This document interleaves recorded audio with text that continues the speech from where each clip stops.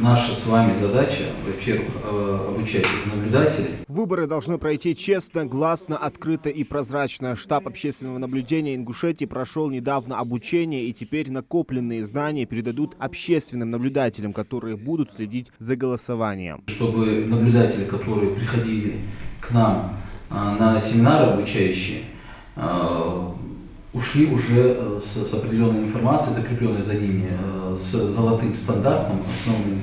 Это вопросы, которые, например, когда должен приходить наблюдатель на участок, в какое время, какие документы у него должны быть при себе, с чего начинается его рабочий день.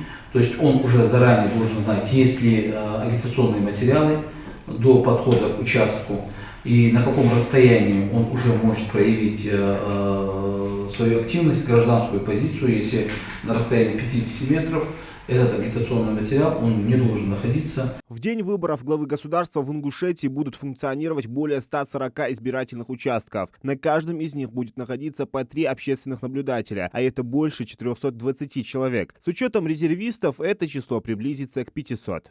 Президентские выборы в стране должны пройти в марте 2024 года. Их точная дата еще не назначена, это должен сделать парламент в декабре этого года. О своем выдвижении на выборы пока не заявлял никто из российских политиков, в том числе и действующий глава государства. Наиболее вероятная дата проведения 8-х по счету выборов президента России ожидается в воскресенье 17 марта. Общественным наблюдателям необходимо придерживаться 3 обязательных тезисов: свидетель, контроль и активный гражданин. Внимательность на участке, чтобы не упускать из виду нужные, как говорится, моменты, постоянно проводить видео и фотофиксацию, потому что если вдруг в соцсети попадет какая-то информация и, допустим, к вам будет вопрос, где вы были в это время, чтобы вы могли показать, что вы бы находились на своем месте, что информация не действительна, либо ее подтвердить, либо ее опровергнуть. Тем самым для того, чтобы это доказать, нам нужен видео и фотоматериал. Штаб функционирует в регионе с 2018 года. За это время уже выработался стандарт наблюдения за ходом голосования. Его формируют наблюдатели на каждом избирательном участке, видеонаблюдатели в штабе, контакт-центр, группы разбора и мобильного реагирования. Мобильные группы — это у нас обходит несколько экспертов. И эти эксперты в свободном порядке ездят по своим участкам. В случае, если какие-то нарушения выявлены, штаб направляет их в ближайший участок, где находится это нарушение. И они делают разбор этого нарушения, документируют его и докладывают в штаб.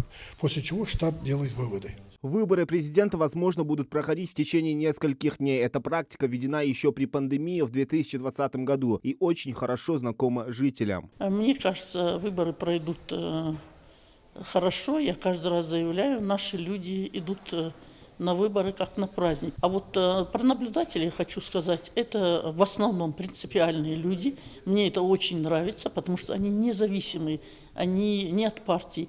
И вот именно из уст таких людей должно звучать, что на моем участке, где я сидел, все прозрачно. И вот они несут эту информацию в массы. Общественный штаб – это большая команда, которая обеспечивает легитимность и прозрачность выборов. Все наблюдатели в скором времени будут тщательно проинструктированы. График обучения уже составлен. Зелимхан Калоев, Мурат Гуражев, Новости 24.